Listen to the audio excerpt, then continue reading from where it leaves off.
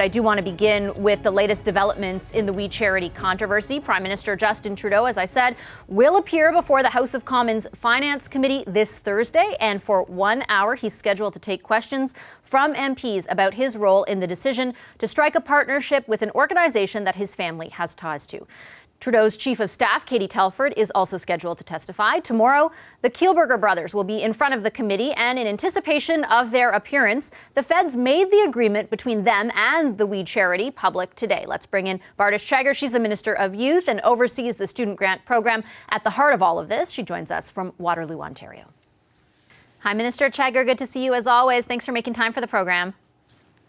Good to be here. Minister, I read through the contribution agreement that your government has provided to the Finance Committee, and one thing in particular jumped out, and that was sort of the outline of how the money will flow through to We. I know that you previously had talked about the total amount being up to $43.5 million.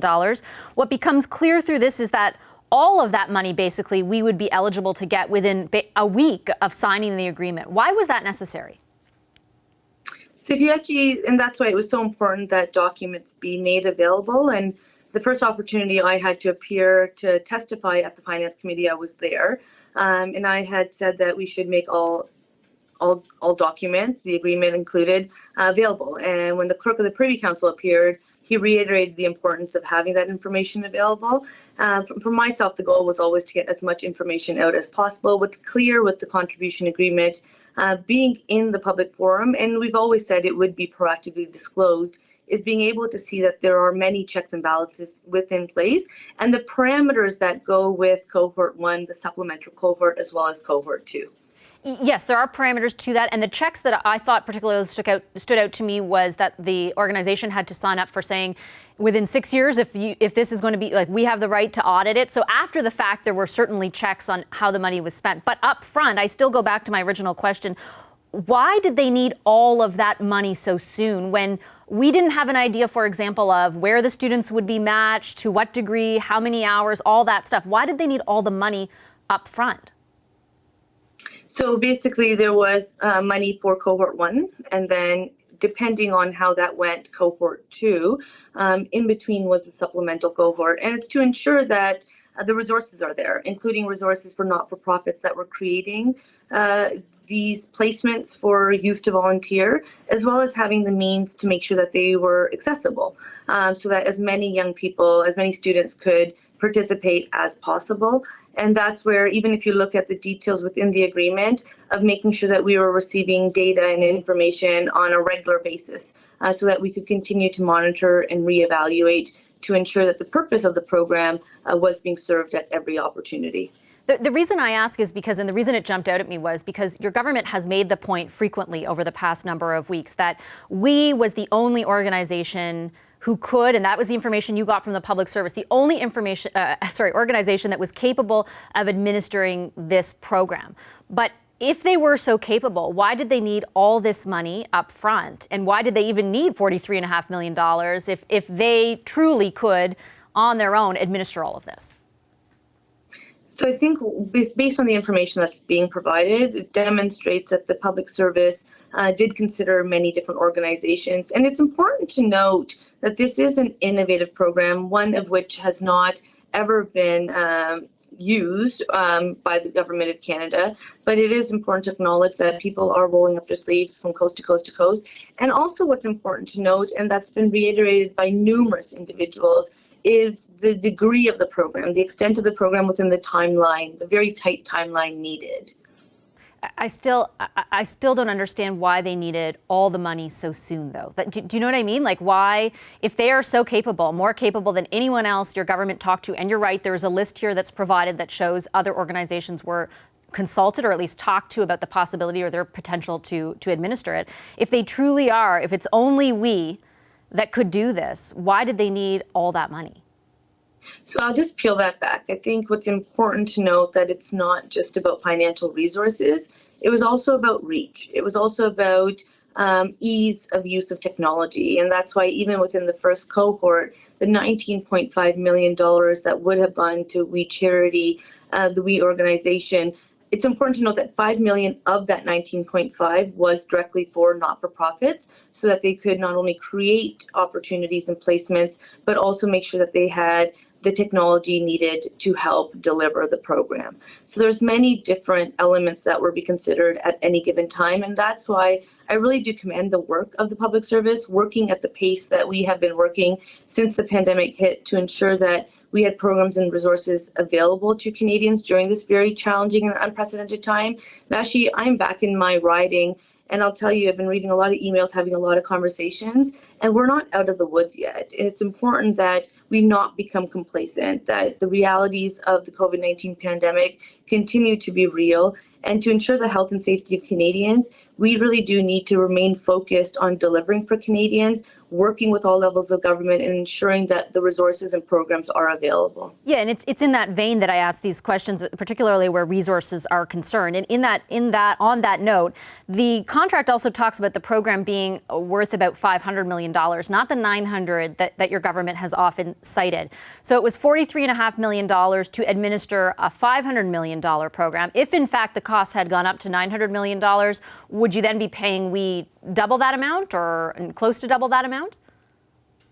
And I think what the contribution agreement definitely demonstrates is the level of negotiations and checks and balances that were put into place. And so it would be important to look at the success of the program as a government that's responding to an unprecedented time, which all governments around the world are definitely doing. It was really important to have the space there should the program be able to grow. Also, as we have done on numerous occasions with the programs we put forward, is to listen to the feedback we're hearing and make corrections, modifications as they are needed. We've done that with the CERB program. Originally, there was no employment income opportunities. We provided a cap of $1,000 to ensure that people could have the $2,000 per month, but also be on the front lines providing essential services to our communities. We've done that with the wage subsidy. We had originally come out with 10%. We listened and we responded by increasing it to 75%. Our government has kept an open door to recognize that we are all in this together, and we all do need to work together to ensure the success of our programs. And that's where the space was within this program as well, to ensure that should we need to respond or make modifications, that space would be there. Respectfully, though, my question was more if, in fact, the program's cost did go to $900 million, this contract is only for $500 million. Does that mean if the program was successful and did get expanded, that you would be paying We Charity more money to administer it? Once again, I'd be leaning on the public service, the hardworking, nonpartisan, professional public service to have those negotiations and see what would be needed. So again, the reason I'm asking you this, and I'm not trying to sort of go down a rabbit hole here, but I think that the way in which your government communicated this program was, it's a $900 million program that we were going to pay $43.5 million to administer. In fact, it's a $500 million program that, should it be as successful that it required $900 million, could actually have paid more to We Charity. And so that's why I know it's not a rabbit hole you're going down. There's lots of questions. And from day one, we've been clear that we want this information out, not only for members of Parliament, but Canadians to have those answers. What we had done was, even within the contribution agreement, was add in that supplemental cohort based on the response we were getting from local not-for-profits, smaller not-for-profits across the country. And depending on what that response was, as the program would have advanced, which unfortunately is not advancing at the current time, was to make sure that we had the space to make those modifications. But why, respectfully, Minister, I apologize for interrupting, but why wouldn't you have been honest about that in the first place, right? That is what we are hearing from, like, the Canadians who reach out to us are upset that it's drips and drabs of information, right? One day it's this, one day it's that. Now we're learning that actually the way the program was presented initially is not what it would have cost in the end. So the line item that we have made publicly available is the line item that was available. So that was the maximum.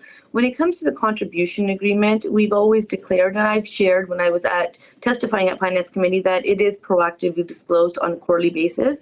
members of the Finance Committee asked for information to be available sooner, and we have worked around the clock to ensure that that is available. And that's in addition to ensuring that we continue to advance programs and resources for Canadians. We want to ensure that the information that Canadians and members are looking for is available. So for myself, it was really important that people recognize the line item.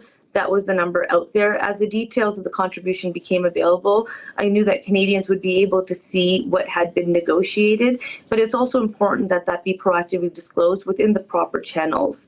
So you didn't want to initially tell the public about that? They should have waited to see it in the agreement?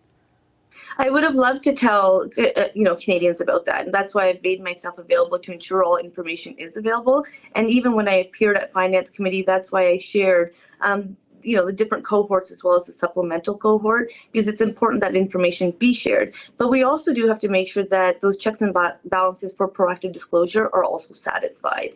And that's where the clerk of the Privy Council spoke as to the processes to have that information available. And that's where we have worked to ensure that information that is being requested is available. And we will continue to comply because we recognize that our focus was on delivering for students as well as all Canadians during this challenging time. And we want to ensure that we continue to focus on that. And that's where it was important that the Prime Minister recognized he should have recused himself. I recognize and Canadians recognize that the Ethics Commissioner is investigating this matter, and we have confidence in offices of Parliament to do that work. My job as a member of Parliament, my job as a Minister of the Crown is to advance programs that will work, and that's where it's important that we continue staying focused during this time because we're not out of the woods yet. Let me ask you about the program. And just to note, no one ever did say that it was $500 million. But let me ask you about the program. It's been now nearly a month, or just about a month, since it was initially announced that we would get the contract, nearly a month since we and the government agreed to part ways. You and other ministers have talked about how it will be a smaller program. When will students know the details of this new version of the program? What we shared was that for the magnitude of the program and what had been envisioned, the Public Service had recommended that they would require a third party to deliver that program. What we have stated openly is the magnitude of the program is not one that the Public Service at this time can deliver, and that's why we are considering all options. I've been receiving, messages from different organizations as well as from individual students, suggesting what the needs are and what our government can do. They've spoken about programs that have worked. They have provided us suggestions for how we can amend as we are now in the reopening of the economy at different degrees within provinces and territories. And that's why we'll continue to listen and respond to ensure that those programs and services are available for Canadians during this very, very tough time. Are you considering, Minister, scrapping the program altogether and redirecting that money towards other student benefits? Vashi, I'll tell you that everything is on the table. We've been working around the clock and making sure that we deliver programs that will succeed. We also recognize that the summer is coming to an end and people are at different parts of their life when it comes to students. So we need to recognize what are those needs today and what are we responding to. Okay, I'll leave it there. Thank you, Minister Chagger. As always, appreciate your time. Thank you for having me. Everything is on the table. We've been working around the clock and making sure that we deliver programs that will succeed. We also recognize that the summer is coming to an end and people are at different parts of their life when it comes to students. So we need to recognize what are those needs today and what are we responding to.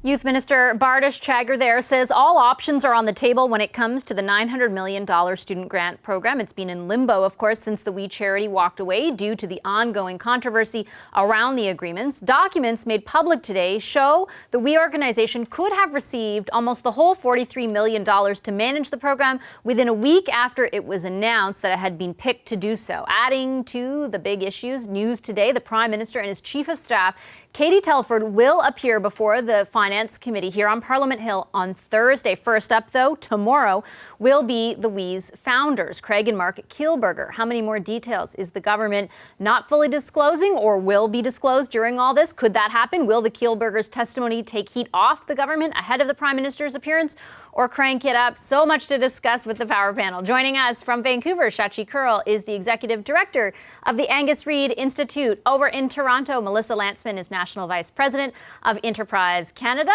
and Council Public Affairs. Brad Levine is in that city as well. Over in Montreal, Yolande James, former Quebec Liberal Cabinet Minister, joins us too. Hi, everyone. Great to see you.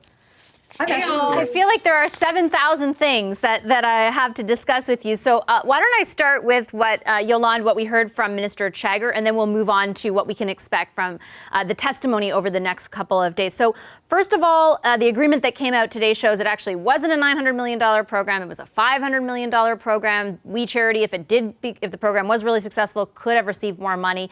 Add to that the Minister for Youth says that they are, the option of just canceling the thing altogether right now is very much on the table.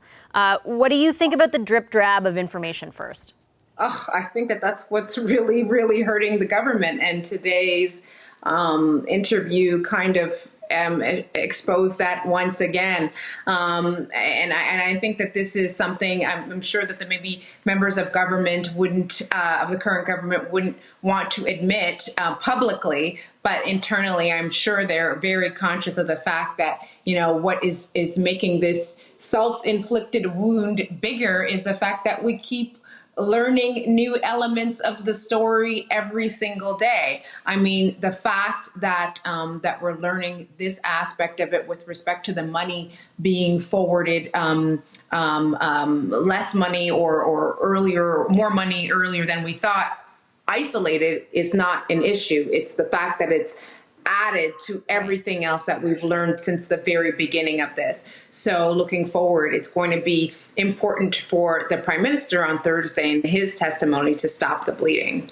Yeah, this is my big question going into it. It's sort of like when you put, and in no way am I saying it's the same thing, but when you're covering a criminal trial, for example, as I used to do, the defense lawyer always has to make the decision. Do you put the suspect up on the stand, Brad, or is it safer not to? Clearly, the government has employed the strategy that, perhaps they can let all the oxygen out of this by putting the Prime Minister in front of this committee, which I should mention for viewers who don't pay close attention to committees, basically never happens, especially in the middle of a controversy. Do you think the Prime Minister in that testimony will be able to stop the bleeding, as Yolande says? Well, I think that the fact that they've agreed to his appearance suggests how serious the government is taking this crisis. That is, this is the last possible opportunity to pull out of this spiral. Today, I mean, it's just amazing, the interview you just had with the minister. Nick Nurse was pretty cool, too. But the minister was, she basically announced the death of the program. When she said that all options are on the table, when you asked her about whether this is going to go ahead, and then she said it's already towards the end of the summer. It's July 27th, and the minister has called summer over. Don't tell the kids that. But at the same time, this program has just been. I mean, we're going to be looking at the autopsy here. We're not going to be talking about whether the program will continue. She announced today. She signaled very, very strongly that this thing is dead. But what's going to be coming up in the coming days now?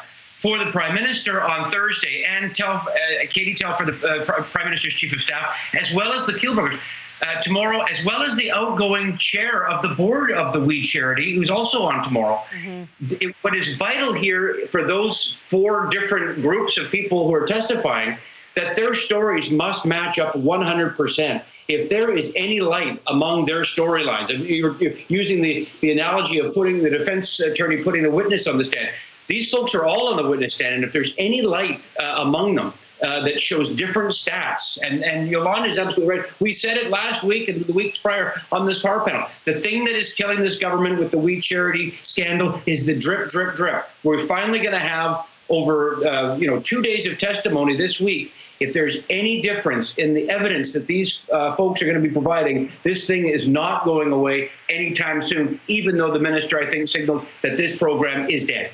Melissa, I saw you nodding there as Brad talked about how the various testimonies have to really match up.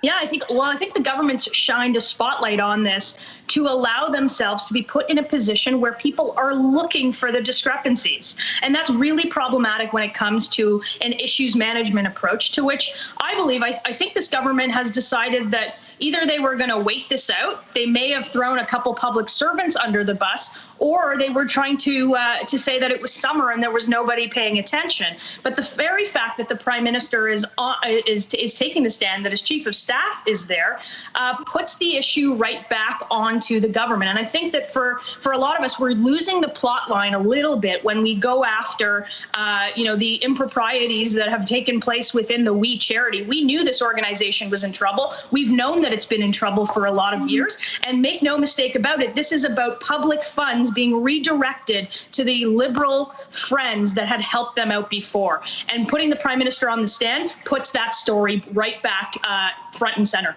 I think the reason that there are questions around We Charity, I think you can direct questions to the government on obviously so many different various aspects of accountability, but there is sort of accountability insofar as the We Charity as well. Like now, after the past few weeks, we have all with this additional scrutiny on the charity, a lot of questions come out about the way in which it governed itself. And it becomes then a question of, well, why didn't the government take that into account when deciding that this was the agreement that should have been pursued? Like, it seems like a lot of that stuff was missing from the analysis. And insofar as that is concerned, and I think the students that would have been on the other end of it, I think that's where those questions are coming from. It does all feed into the narrative of accountability. Shachi, I'm dying to know from you, because you've actually done a couple of surveys on how Canadians feel about this, how you're viewing the potential testimony from, or the potential impact of the testimony from the Prime Minister. How much of a big deal is it going to be for Canadians, or not?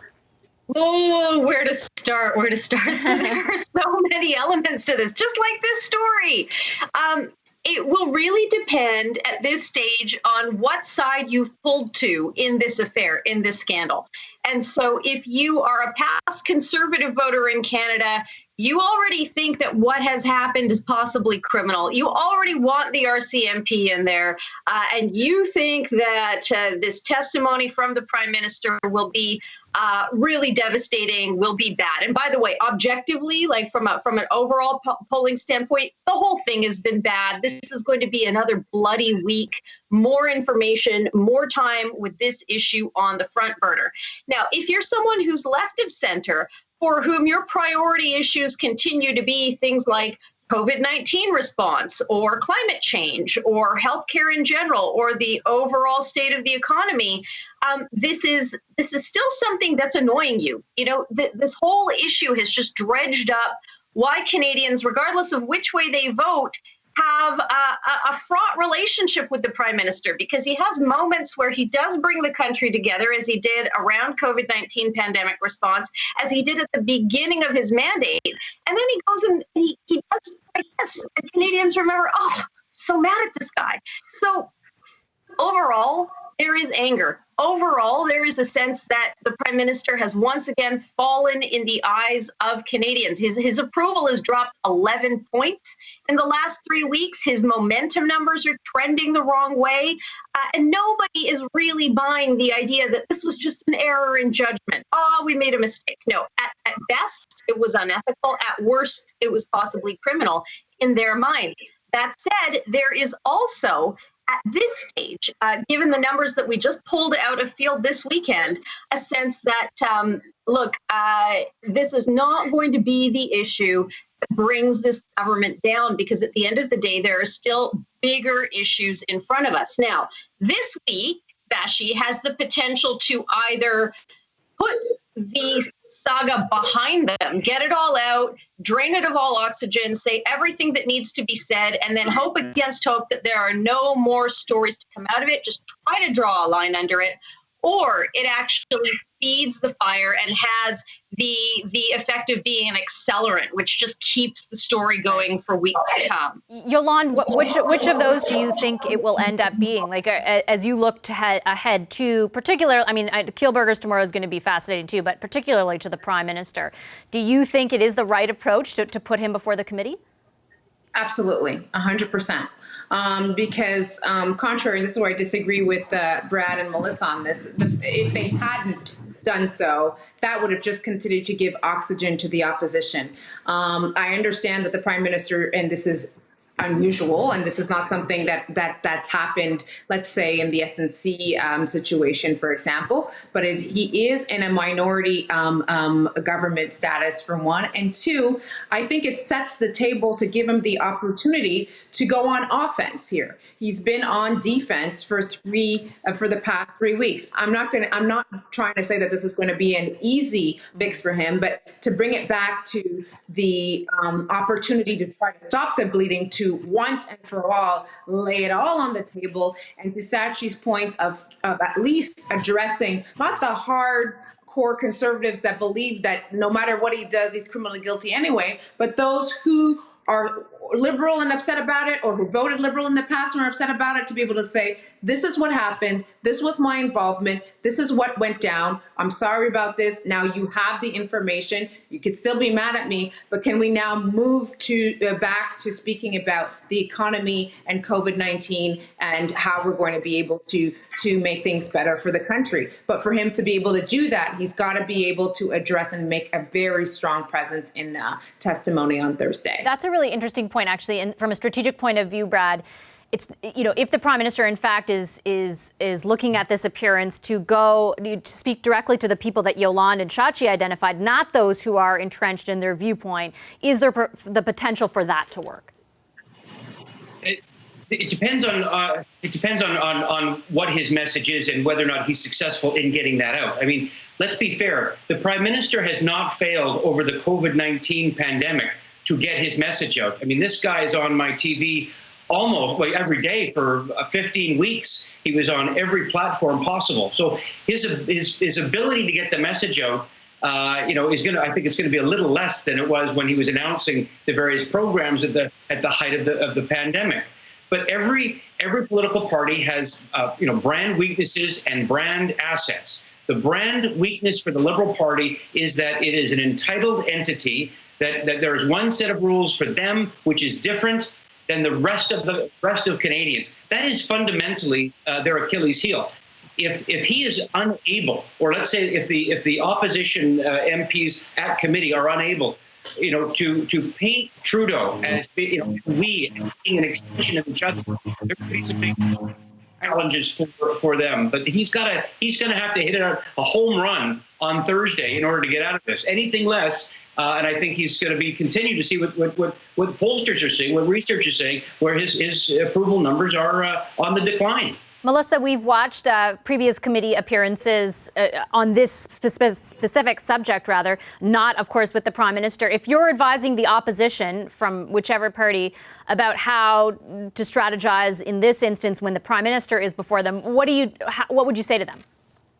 Well, I think that depends on what the other testimonies are, and it's fine discrepancies in the story. But the government has a couple problems on this. One is, how is it going to remedy the situation? Because we understand that I'm sorry, I've had another ethical lapse in judgment isn't going to work when this might be the third time for the Prime Ministers. And you're seeing the Canadians aren't buying that this was a mistake. The second issue that the government has to deal with is that if you've ever watched sort of 4-year-olds play soccer and they're all chasing the ball until they get older and start playing positions on the field, this is what's happening with the government right now. Everybody who's important, everybody who has the ability to make a decision is focused squarely on this we issue. And frankly, there's still a lot of programs to deliver. There's still a lot of programs that are undersubscribed, and there's still rising case numbers of COVID-19. So this is a completely self-inflicted wound that the government has now found themselves to inflict on themselves. And it has Liberals saying, what are we doing? Why do we do this to ourselves? We just hit a home run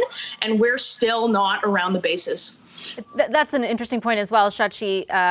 Your thoughts? I mean, obviously, I'm trying to speak to as many people as I can on the inside of government to get a sense of their feelings. And there are a lot of people who are frustrated, who felt that, and this would surprise, I think, nobody on the panel, that their pandemic response was very well received by Canadians. They felt good about that response. And they do feel, to a large degree, especially those who have no involvement with the decision, that a lot of this is self-inflicted. They are, everyone I speak to, pretty hopeful, though, about the Prime Minister's appearance this week. Let's see how he He does. I mean, we know that he is, I think, apparently trying to learn from the mistakes of the handling of SNC-Lavalin, as Yolande pointed out. That was 2 months of nothing to see here. I didn't do anything wrong. I don't think I did anything wrong. I'm not going to talk about whether I did anything wrong. Did I learn from anything? No, I didn't. So I think here there is an opportunity, and he's already tried to avail himself of that opportunity. The finance minister's tried to do the same thing by saying, I'm sorry, early and often, and I guarantee you we're going to hear it again. I think he will then go back to trying to appeal to it's not even a liberal base, because we know that the left of center vote, and we've talked about this over time, Veshi, is actually a mile wide and an inch deep. So it tends to move around a lot, but he needs to coalesce it again and say, remember the intent. I had good intent here. I was trying to do the right thing. We just botched the job a little. Here's the problem. The problem is that now, after the vacation on the Aga Khan's Island, after the conflict of interest around SNC-Lavalin, after, you once again have a problem with conflict of interest and this government and this prime minister. And so that starts to become the smell that's stuck to the bottom of the shoe. And it doesn't matter how many times you try to go in the grass and wipe it off, it's just not coming off.